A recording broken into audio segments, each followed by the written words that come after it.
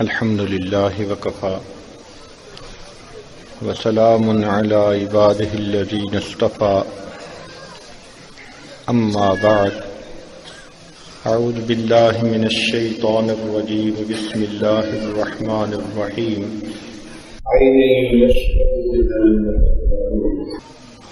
سبحان ربك رب العزة عما يصفون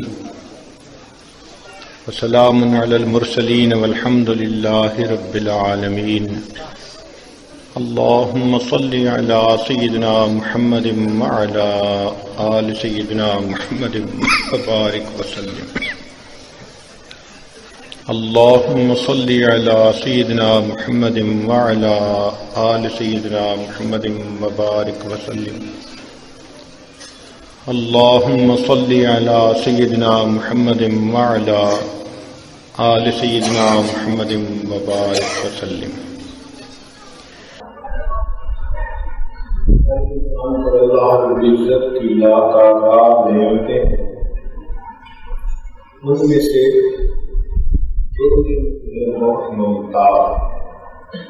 ایک ایمان والی نعمت اور دوسری نعمت اللہ رب العزت کا قرب نصیب ہونا. جادوگروں سے جب فرعون نے پوچھا تھا، بلکہ جادوگروں نے فرعون سے پوچھا کہ اگر ہم جیت گئے تو ہمیں انعام کیا ملے گا، اس نے جواب دیا تھا انکم اذا لمن المقربین، کہ انعام اتنا بڑا کہ میں تمہیں اپنے مقرب بندوں میں سے بنا دوں. تو معلوم ہوا کہ قرب سے بڑی نعمت اور کوئی نہیں ہوا کرتی. اب ہر کلمہ گو بندے کی یہ تمنا ہوتی ہے کہ مجھے اللہ کا قرب نصیب ہو جائے. ہمارے مشائخ نے اس کے 7 درجے بتائے. 7 زینے اگر چڑھ جائیں تو اللہ رب العزت کا قرب حاصل ہو جائے گا. ان میں سب سے پہلا زینہ ہے ادب. یہ کام ادب سے شروع ہوتا ہے. یہ سفر کی ابتدا ادب سے ہوتی ہے. الدین کلہ ادب، دین سارا کا سارا ادب. نبی علیہ السلام نے ارشاد فرمایا ادبنی ربی فاحسن تادیبی، میرے رب نے مجھے ادب سکھایا، بہترین ادب سکھایا. ادب النفس ایھا الاصحاب طرق العشق کلھا آداب.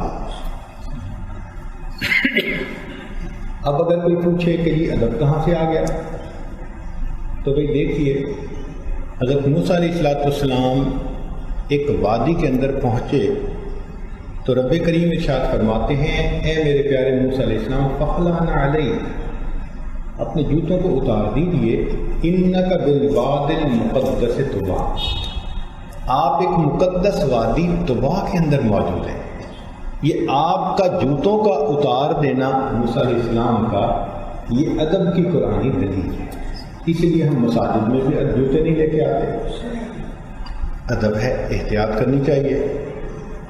تو ادب یہ پہلا قدم ہے، یہ پہلا زینہ ہے. جتنا ادب زیادہ ہوگا اتنا انسان کا پہلا درجہ زیادہ مضبوط ہوگا. پھر اس ادب سے اللہ رب العزت کی خصوصی رحمت ہے. ایک واقعہ سن لیجیے. امام ربانی مجدد ثانی رحمۃ اللہ علیہ نے اپنے بارے میں واقعہ لکھا ہے کہ میں مکتوبات لکھ رہا تھا، یعنی قرآن و حدیث کی دعوت جو لوگوں کو دیا کرتے تھے. مجھے بیت الخلاء جانے کی ضرورت پیش آئی. جب میں وہاں گیا اور بالکل بیٹھنے لگا قضائے حاجت کے لیے تو میری نظر اپنی انگلی پر پڑی تو اس میں سیاہی لگی ہوئی تھی. تو میں نے سوچا کہ بھائی اگر میں یہاں پانی استعمال کروں گا تو یہ سیاہی پانی کے ساتھ بہہ کر نجاست کے ساتھ ملے گی، اور یہ تو وہ سیاہی ہے جو میں مکتوبات لکھنے میں استعمال کرتا ہوں، تو یہ ادب کے خلاف ہے. فرماتے ہیں میں نے اپنے تقاضے کو روکا اور بیت الخلاء سے باہر نکل کر پاک جگہ پر اس سیاہی کو صاف کیا. اسی وقت الہام ہوا احمد سرہندی، اس ادب کی وجہ سے ہم نے جہنم کی آگ تجھ پر حرام کر. زبیدہ خاتون ایک نیک عورت گزری ہیں، اس نے بڑے اچھے کام کروائے، نہر زبیدہ بنوائی، اور لوگوں کی فلاح کے بڑے اعلیٰ کام کیے، فوت ہو گئی۔ خواب میں نظر آئی تو کسی نے پوچھا کہ کیا بنا؟ کہنے لگی کہ اللہ تعالیٰ نے مغفرت فرما دی۔ اس نے کہا مغفرت تو ہونی تھی، تم نے نہر زبیدہ بنوائی تھی، پیاسوں کو پانی پلایا تھا۔ نہیں، نہر زبیدہ کی وجہ سے مغفرت نہیں ہوئی، ایک ایسے عمل کی وجہ سے ہوئی جو مجھے یاد ہی نہیں تھا۔ بھئی وہ کون سا عمل؟ کہنے لگی کہ بیٹھی کھانا کھا رہی تھی، لقمہ توڑا کہ منہ میں ڈالوں، اتنے میں اذان کی اللہ اکبر کی آواز کانوں میں آئی، تو میں نے محسوس کیا کہ میرے سر پہ دوپٹہ پورا نہیں تھا، آدھے سر پہ تھا، کچھ آدھا سر ننگا تھا۔ میں نے اپنی بھوک کو دبا کے لقمے کو رکھ دیا اور پہلے دوپٹے سے اپنے سر کو ڈھانپا، ادب کی وجہ سے، اللہ کے نام کی۔ اس کے بعد لقمہ کھایا، فرمایا تو نے میرے نام کا اتنا اکرام کیا، اس پر ہم نے تیرے سب گناہوں کی بخشش کی۔ تو یہ ادب انسان کے لیے سعادت کا دروازہ ہے۔ تو پہلا قدم ادب ہے۔ پھر اس ادب سے ایک نعمت ملتی ہے جس کو علم نافع کہتے ہیں۔ ایک علم ملتا ہے فقط کتابوں کے مطالعے سے، اور ایک علم نافع ہوتا ہے۔ ان دونوں میں فرق یہ ہے کہ ایک معلومات ہوتی ہیں، جیسے بہت ساری باتوں کا پتہ ہوتا ہے لوگوں کو، مگر عمل کی توفیق نہیں ہوتی۔ تو جو عام باتیں ہیں ان کو معلومات کہیں گے، اور جس پر انسان کا عمل اس کو علم نافع کہیں گے، نفع دینے والا ہے۔ اس لیے انسان کئی مرتبہ علم کے باوجود گمراہ ہوتا ہے۔ اللہ رب العزت شاہ فرماتے ہیں افرأیت من اتخذ الہہ ہوا، کیا دیکھا آپ نے اسے جس نے اپنی خواہشات کو اپنا معبود بنا لیا؟ وَأَضَلَّهُ اللَّهُ عَلَىٰ عِلْمٍ، اللہ نے علم کے باوجود سے گمراہ کر دیا۔ کیوں؟ کہ اس کے پاس معلومات تھیں، علم نافع نہیں تھا، نفع دینے والا علم۔ یہ نفع دینے والا علم عجیب چیز ہوتی ہے۔ ایک دفعہ اس عاجز کو مفتی اعظم حضرت مفتی محمد شفیع رحمۃ اللہ علیہ کی صحبت میں بیٹھنے کی سعادت ملی، تو حضرت نے حاضرین سے پوچھا کہ علم کا مفہوم کیا ہے؟ کسی نے کہا جاننا، کسی نے کہا پہچاننا، سب نے اپنے اپنے جواب دیے۔ حضرت خاموش ہے۔ کسی نے عرض کیا کہ حضرت آپ ہی بتا دیجئے، تو حضرت نے فرمایا علم وہ نور ہے، علم وہ نور ہے جس کے حاصل ہونے کے بعد اس پر عمل کیے بغیر چین نہیں آتا، اس کو علم نافع کہتے ہیں۔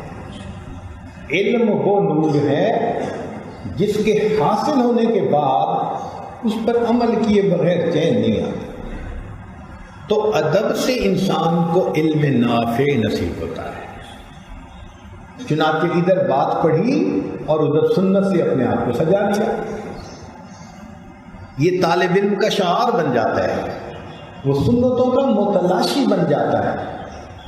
وہ سمجھتا ہے کہ جیسے دلہن جسم کے اعضاء زیورات سے سجا لیتی ہے تو سمجھتی ہے کہ میں خامن کی نظر میں خوبصورت بن جاؤں گی، ایسے مومن جسم کے جن اعضاء کو سنتوں سے سجا لیتا ہے وہ اللہ کی نظر میں خوبصورت ہو جاتا ہے۔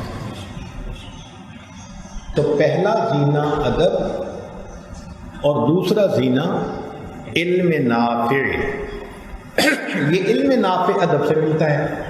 ایک واقعہ، حضرت شیخ الہند رحمۃ اللہ علیہ کے ایک شاگرد تھے ہمارے علاقے کے، ان کا نام تھا غلام رسول، علاقے کا نام تھا پونٹا، تو غلام رسول پونٹوی ان کا نام۔ انہوں نے دارالدیوبند سے علم حاصل کیا حدیث پاک کا، شیخ سے بڑی محبت تھی۔ جب دور حدیث میں تھے تو ان کو اتنی شیخ الہند رحمۃ اللہ علیہ سے محبت تھی کہ رات کے وقت وہ حضرت کے کمرے سے لے کے دارالحدیث تک کا جو راستہ تھا اس میں خود جھاڑو دیا کرتے تھے کہ میرے شیخ نے یہاں سے چل کے آنا ہے۔ اللہ کی شان، ایک دن کپڑا نہیں تھا تو انہوں نے سر کا امامہ اتار لیا جو رومال باندھا ہوا تھا اور اسی سے صاف کرنا شروع کر دیا۔ اور اللہ کی شان کہ شیخ الہند رحمۃ اللہ علیہ نے کسی ضرورت سے کھڑکی کھولی، دروازہ کھولا اور دیکھ لیا، بلا لیا، غلام رسول کیا کر رہے ہو؟ بتانا پڑا کہ حضرت آپ جس راستے سے حدیث پڑھانے کے لیے چل کے آتے ہیں میرے دل کی محبت ہے، میں اس راستے کو صاف کرتا ہوں۔ شیخ نے دعا دی، یہ دعا ایسی لگی کہ اللہ رب العزت نے ان کو پھر علم کا جبال العلم میں سے بنا دیا۔ واپس لوٹے، ان کا گاؤں مین سڑک سے 30 کلومیٹر اندر تھا، 300 طلباء ان کے پاس پڑھتے تھے اور ہر طالب علم بس سے اتر کے 30 کلومیٹر سر پہ سامان رکھ کے پیدل جاتا تھا اور پیدل آتا تھا۔ کھانا بھی پراپر نہیں ملتا تھا، جو ہوتا تھا کھا لیتے تھے۔ 300 طلباء۔ ایک مرتبہ خیر المدارس کا جلسہ ہوا تو حضرت مولانا خیر محمد جالندری رحمۃ اللہ علیہ، حضرت اقدس تھانوی رحمۃ اللہ علیہ کے خلفاء میں سے تھے، بڑے علماء میں سے تھے۔ تو حضرت نے سٹیج پر اعلان کیا کہ شمس النحات غلام رسول پونٹوی تشریف لے آئے۔ پورے ملک کے علماء موجود ہیں، ان کی موجودگی میں فرمایا شمس النحات، اور اللہ نے پھر ان کو ایسا علم دیا تھا، فرمایا کرتے تھے کہ اگر شرح جامی کو پوری دنیا سے ضبط کر لیا جائے اور کوئی طالب علم میرے پاس آ کر کہے کہ حضرت شرح جامی کی ضرورت ہے، میں اپنی یادداشت سے اس کو دوبارہ لکھوا سکتا ہوں۔ یہ علم استاد کے ادب کی وجہ سے۔ تو پہلا زینہ ادب اور دوسرا زینہ علم نافع۔ ہمارے حضرت رحمۃ اللہ علیہ قرآن مجید ایسا بیان فرماتے تھے، سبحان اللہ۔ ایک مرتبہ خود فرمانے لگے کہ یہ مجھے بیت اللہ سے نعمت ملی۔ پھر فرمانے لگے تمہیں پتہ ہے کیوں؟ میں نے کہا نہیں۔ کہنے لگے کہ نہ میں نے اپنے شیخ کا چہرہ کبھی بے وضو دیکھا، نہ میں نے کبھی بیت اللہ کو بے وضو دیکھا۔ یہ اس کی برکت تھی کہ اللہ نے کتاب اللہ کا علم مجھے عطا کر دیا۔ چنانچہ حضرت مفتی کفایت اللہ رحمۃ اللہ علیہ طلباء سے پوچھا، بھائی علامہ انور شاہ کشمیری رحمۃ اللہ علیہ، انور شاہ کشمیری کیسے بنے؟ کسی نے کہا بڑے مفسر تھے، کسی نے کہا بڑے محدث تھے، کسی نے کہا اشعار بڑے اعلیٰ تھے۔ حضرت خاموش ہے۔ طلباء نے کہا حضرت آپ بتائیں۔ فرمایا کہ ایک مرتبہ کسی نے حضرت کشمیری سے یہ سوال پوچھا کہ آپ علامہ انور شاہ کشمیری کیسے بنے؟ فرمانے لگے کہ میں کتابوں کے علم ادب کی وجہ سے اللہ نے مجھے انور شاہ کشمیری بنا دیا۔ اس نے کہا کیسا ادب؟ فرمانے لگے کہ میں قرآن مجید کے اوپر تفسیر کو نہیں رکھتا تھا، تفسیر کے اوپر حدیث کی کتاب کو نہیں رکھتا تھا، حدیث پاک کے اوپر فقہ کی کتاب کو نہیں رکھتا تھا، فقہ کے اوپر تاریخ کو نہیں۔ کتابوں کے رکھنے میں بھی میں ان کے درجے کا خیال رکھتا تھا اور کتاب کو پکڑتے ہوئے ہمیشہ میں باوضو ہوا کرتا تھا۔ تو پہلا زینہ ادب اور دوسرا زینہ علم۔ پھر اس پر تیسری نعمت ملتی ہے جس کو عمل صالح کہتے ہیں۔ علم نافع جب بھی ملے گا عمل کی توفیق ساتھ ہوگی، عمل کے بغیر چین نہیں آئے گا۔ العلم بلا عمل کشجر بلا ثمر۔ تو پہلا زینہ ادب، دوسرا علم نافع اور پھر تیسرا عمل صالح۔ جب انسان عمل صالح کرتا ہے تو پھر اللہ رب العزت ایک اور نعمت عطا فرما دیتے ہیں، اس کو حکمت کہتے ہیں۔ وَمَن يُؤْتَ الْحِكْمَةَ فَقَدْ أُوتِيَ خَيْرًا كَثِيرًا ادْعُ إِلَىٰ سَبِيلِ رَبِّكَ بِالْحِكْمَةِ وَالْمَوْعِظَةِ الْحَسَنَةِ۔ یہ حکمت نصیب ہو جاتی ہے، انسان کا سوچ وہاں پہنچتی ہے جہاں دوسرے بندے کی پرواہ نہیں ہوتی۔ اب واقعات تو بہت ہیں۔ لیکن ایک دو واقعات عرض کر دیتا ہوں۔ امام اعظم ابو حنیفہ رحمۃ اللہ علیہ، ایک بوڑھا آیا، کہنے لگا واو او واوین۔ حضرت نے فرمایا واوین۔ اب وہ 40 حضرات جو مسائل کے استنباط میں ساتھ شریک تھے، ان میں امام ابو یوسف بھی ہیں، امام محمد رحمۃ اللہ علیہ، امام ظفر رحمۃ اللہ علیہ، داؤد طائی رحمۃ اللہ علیہ جیسے تقویٰ کے پہاڑ، یہ سب لوگ ہیں۔ کسی کو کچھ سمجھ نہیں آیا، سارا دن سوچتے رہے کہ بوڑھے نے کیا کہا اور حضرت نے کیا کہا۔ حضرت نے فرمایا واوین، تو بوڑھا کہہ کے چلا گیا لا ولا۔ اب یہ عجیب پہل ہے، تو انہوں نے شام کو پوچھا کہ حضرت یہ اشارے سمجھ میں نہیں آئے، بتا دیجئے۔ فرمایا کہ اس نے مجھ سے سوال پوچھا تھا۔ کیا؟ وہ پوچھ رہا تھا کہ میں التحیات کو ایک واو سے پڑھوں یا دو واو سے؟ ہم احناف جو ہیں وہ دو واو سے پڑھتے ہیں، التحیات للہ والصلوات والطیبات۔ تو وہ یہ مجھ سے پوچھنے آیا تھا اور میں نے کہہ دیا واوین، دو واو سے پڑھو۔ اچھا حضرت، تو وہ جاتے ہوئے کیا کہہ گیا؟ وہ مجھے دعا دے گیا۔ حضرت یہ لا ولا کوئی دعا تو نہیں ہے؟ فرمانے لگے ہاں، قرآن مجید میں اشارہ کر گیا کہ اللہ ابو حنیفہ کے علم کو اتنا پھیلا دے، لا شرقیت ولا غربیہ۔ ایک آدمی آیا اور جی میری بیوی کو عادت تھی ہنڈیا چاٹنے کی، اور میں نے اسے بڑا منع کیا اور غصے میں قسم کھا لی ہنڈیا چاٹنے کی طلاق دے دوں گا۔ کچھ دن تو وہ باز رہی، پھر ہنڈیا چاٹی۔ اب طلاق واقع ہوئی ہے نہیں، وہ جس سے پوچھتے ہیں سب کہتے ہیں طلاق طلاق طلاق۔ حضرت کے پاس آیا، حضرت نے فرمایا کہ بھائی اپنی بیوی کو لاؤ، میں ایک سوال پوچھوں گا۔ بیوی کو لے آیا، حضرت نے پوچھا کیا کیا؟ جی میں نے ہڈیاں چاٹی۔ کیسے؟ حضرت میں نے یوں انگلی اس میں ڈالی اور جو سالن آیا یوں چاٹ لیا۔ فرمایا تم نے ہڈیاں نہیں چاٹی، تم نے تو انگلی چاٹی ہے، تمہیں طلاق واقع نہیں ہوئی۔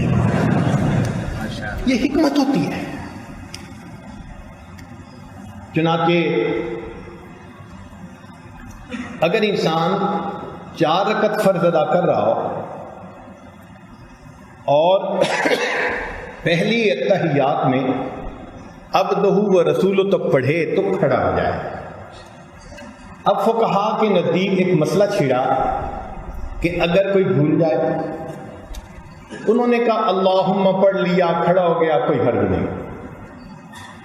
صلی پڑھ لیا، پھر بھی کوئی حرج نہیں۔ اللہ بھی پڑھ لیا، کھڑا ہو گیا، کوئی حرج نہیں۔ امام صاحب نے فتویٰ دیا کہ اگر اللہم صلی علی محمد کا لفظ بھی ادا کر لیا تو اب سجدہ سہو ہو گیا، تاخیر کر دی۔ اب یہ بڑا عجیب، خواب میں نبی علیہ السلام کی زیارت نصیب ہوئی تو نبی علیہ السلام نے ارشاد فرمایا نعمان، میرا نام لینے پر سجدہ صاحب کرنے کا حکم دیا تم نے؟ تو عرض کیا اے اللہ کے حبیب صلی اللہ علیہ وسلم، میں نے یہ فتویٰ دیا کہ جو شخص بھول کر غفلت سے آپ کا نام لے اس کو سجدہ صاحب کرنا چاہیے۔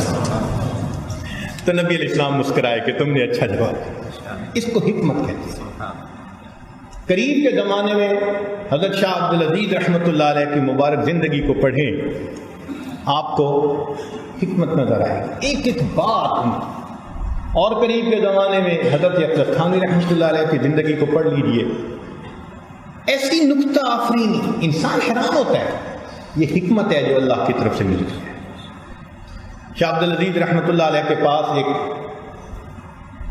انگریز آیا اپنے بچے کو لے کے، کہنے لگا کیا مدرسے میں آپ لوگ بس عربی پڑھاتے رہتے ہیں، تو آپ کے بچے بس بہت ہی نیرو مائنڈڈ بن جاتے ہیں، اور ہم اپنے بچوں کو سائنس پڑھاتے ہیں، انگریزی پڑھاتے ہیں، یہ اوپن مائنڈڈ بن جاتے ہیں۔ یہ میرے بچے کو دیکھو، میں سائنس پڑھا رہا ہوں۔ حضرت نے بچے کو بلایا، فرمایا کہ بھئی یہ وضو کرنے کا جو ایک تالاب تھا، بھئی بتاؤ اس تالاب میں کتنے پیالے پانی؟ کہنے لگا مجھے تو پتہ نہیں۔ تو حضرت نے اس کے ہم عمر ایک طالب علم کو بلایا، اور اس طالب علم کو کہا کہ بھئی بتاؤ، وہ منطق پڑھنے والا تھا، کہ بھئی بتاؤ اس تالاب میں کتنے پیالے پانی؟ اس نے کہا حضرت اگر آدھے سائز کا پیالہ ہو تو 2 پیالے پانی، اگر برابر سائز کا ہو تو 1 پیالہ پانی۔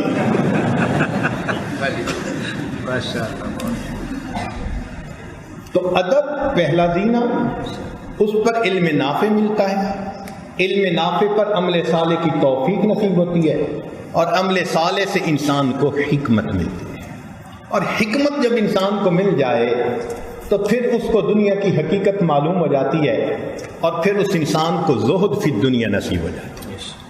زہد فی الدنیا ترک دنیا کو نہیں کہتے، ترک لذات دنیا، اس کو جو ہے زہد کہتے ہیں۔ اس انسان کو پتہ چل جاتا ہے کہ دنیا، یاد رکھنا جس کو اللہ رب العزت کی حقیقت کا پتہ چلا وہ اللہ سے جڑے بغیر رہ نہیں سکتا، جس کو دنیا کی حقیقت کا پتہ چلا وہ دنیا سے کٹے بغیر رہ نہیں سکتا۔ تو جب حکمت ملتی ہے تو پھر زہد فی الدنیا خود نصیب ہو جاتا ہے۔ زہد فی الدنیا وہ نعمت ہے کہ جس پر انسان کو بہت عجیب نعمتیں ملتی ہیں۔ فقہا میں ایک مسئلہ چلا کہ بھئی اگر ایک آدمی فوت ہو جائے اور وصیت کر جائے کہ میری وراثت متوکلین میں تقسیم کر دینا، تو کیا کریں گے؟ کسی نے کچھ جواب دیا، کسی نے کچھ دیا۔ امام اعظم غنی پر ہم نے فرمایا کہ اس کو ہم کاشتکاروں میں تقسیم کریں گے۔ لوگوں نے پوچھا کیوں؟ فرمانے لگے بیچارے ہل چلاتے ہیں، بیج ڈالتے ہیں، پانی دیتے ہیں، اس کے بعد پھر اللہ پہ نظر۔ اللہ ہمارا کام تو بیج ڈالنا تک تھا نا، اب آگے کھیتی تو آپ نے دینی ہے۔ تو فرمایا کہ یہ توکل، اہل توکل لوگ ہیں، ان میں تقسیم کریں۔ پھر ایک بات چھڑی کہ اگر کوئی وصیت کرے کہ میری وراثت دانا عقل مند لوگوں میں تقسیم کرو، کسی نے کچھ کہا، حضرت سے پوچھا گیا، حضرت نے فرمایا کہ اگر یہ اس نے وصیت کی تو اب اس کی وراثت کو زاہدین میں تقسیم کریں گے، کیونکہ زاہد انسان عقل مند انسان ہوتا ہے، عقل مند انسان ہوتا ہے۔ تو حکمت سے انسان کو زہد فی دنیا کی نعمت ملی۔ جب زہد انسان کو مل جائے تو پھر انابت اللہ، یہ ایک نئی نعمت ملتی ہے۔ اس کو کہتے ہیں التجافی عن دار الغرور والانابت الى دار الخلود واستعداد للموت قبل نزولی۔ اور اس انابت الی اللہ کی وجہ سے اس بندے کا ہر عمل وہ اخلاص والا اور خشوع و خضوع والا بن جاتا ہے، چونکہ انابت الی اللہ، رجوع الی اللہ۔ اس لیے قرآن مجید میں وجاء بقلب منیب، افلم ينظروا الى السماء فوقهم كيف بنيناها وزيناها وما لها من فروج والارض مددناها والقينا فيها رواسي وانبتنا فيها من كل زوج بهيج تبصرة وذكرى لكل عبد منيب۔ تو یہ بندہ پھر عبد منیب بن جاتا ہے۔ اللہ کو یہ انابت بہت پسند۔ تو زہد فی دنیا سے ایک چھٹی نعمت ملی جس کو انابت الی اللہ کہتے ہیں، اور جو شخص انابت الی اللہ کی زندگی گزارتا ہے اس کو اللہ رب العزت پھر اپنا قرب عطا کرتا ہے۔ تو ابتدا ادب ہے اور انتہا قرب ہے، اور جو مقربین ہوں گے سبحان اللہ، فرمایا یتقرب الی عبدی بالنوافل، میرا بندہ نوافل کے ذریعے میرا ایسا قرب پا لیتا ہے حتی احبہ، میں اس سے محبت کرنے لگ جاتا ہوں۔ کتنی خوش نصیبی کی بات ہے، اللہ رب العزت بندے سے محبت فرمائے، سبحان اللہ، عجیب۔ اسی لیے جنت میں 3 طرح کے مہمان ہوں گے۔ ایک مہمان تو وہ ہوں گے کہ جن کے لیے سبیل ہوگی، چشمے ہوں گے اور وہ وہاں سے پئیں گے۔ ایک یہ درجہ قرب کا، عین یشرب بها المقربون۔ اور ایک وہ ہوں گے جن کو خدام پلائیں گے، غلمان وہ ان کو پلائیں گے۔ گھر میں ایسا ہی ہوتا ہے نا، مہمان 3 درجے کے، کچھ مہمان آتے ہیں تو ان کے لیے پہلے سے جگ گلاس رکھا ہوتا ہے، بھائی ضرورت ہو تو آپ پی لیجئے، اور کچھ مہمان ہوتے ہیں کہ جن کے لیے پھر آپ گھر کے بچے کو بھیجتے ہیں، بھائی جاؤ مہمان کو پانی پلاؤ، وہ خود ڈال کے دیتا ہے، پلاتا ہے۔ اور کچھ مہمان اتنے عزیز ہوتے ہیں کہ آپ خود جگ گلاس لے کے آتے ہیں، اپنے ہاتھ سے ڈال کے پلاتے ہیں۔ تو جنت میں بھی 3 طرح کے مقربین، ایک وہ جن کے لیے چشمے ہوں گے اور ان سے وہ پئیں گے، اور دوسرے درجے کے وہ لوگ ہوں گے اوپر کے درجے کے کہ جن کے لیے ولدان ہوں گے اور وہ ان کو پلائیں گے، اور تیسرے مقربین وہ ہوں گے وَسَقَاهُمْ رَبُّهُمْ شَرَابًا طَهُورًا، ان کا پروردگار ان کو شراب دیتا ہے۔ اللہ رب العزت ہمیں اپنے مقرب بندوں میں شامل فرمائے۔ وآخر دعوانا ان الحمد للہ رب العالمین۔